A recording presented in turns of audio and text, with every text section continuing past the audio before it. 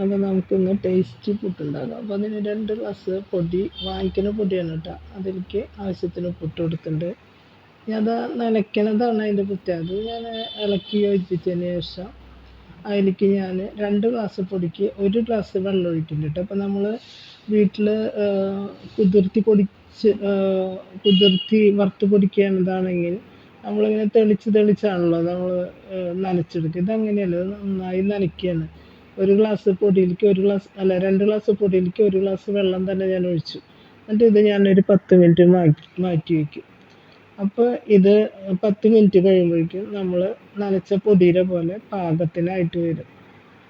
കുറച്ച് വെള്ളം കൂടി ഞാൻ ചേർത്തിട്ട് പിന്നെ നമ്മുടെ കുക്കർ വെച്ചിട്ട് ഇപ്പം അത് ആവി വന്നിട്ടുണ്ട്. അപ്പോൾ നമ്മൾ നനച്ച് വെച്ച പൊടി വേണ്ട പാകത്തിനായി വന്നിട്ടുണ്ട്.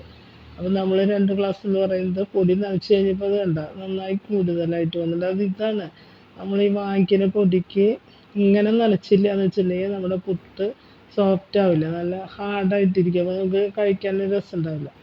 ഇത് നല്ല രസമായിട്ട് വരും കേട്ടോ. ഇതിലേക്ക് ഇനി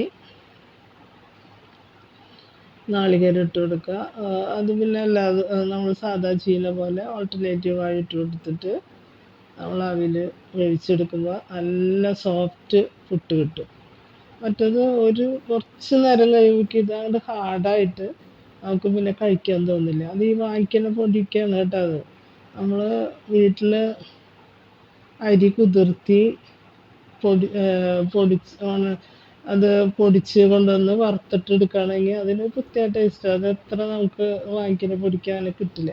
പക്ഷെ അതിൻ്റെ ഒരു ഒപ്പത്തോളം എത്തുന്ന ഒരു ഒരു ടിപ്പാണിത്. നമ്മൾ വെള്ളം നന്നായി ചേർക്കണം ആദ്യം.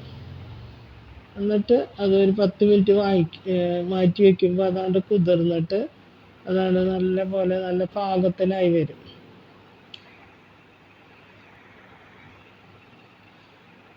അപ്പോൾ നമ്മുടെ പുട്ട് ശരിയായി വന്നിട്ടുണ്ട് കേട്ടോ. നല്ല സോഫ്റ്റ്. മറ്റത് ഒട്ടും രസമില്ലാത്ത പോലെ തോന്നും. ഇത് നല്ല സോഫ്റ്റ് പുട്ടായിട്ട് വരും ഇങ്ങനെ ഉണ്ടാക്കുമ്പോൾ. അപ്പോൾ ഞാൻ ഇതിനോടൊപ്പം നല്ല കടലക്കറി ഉണ്ടാക്കിയിട്ടുണ്ട്. അപ്പോൾ നമുക്കിന്ന്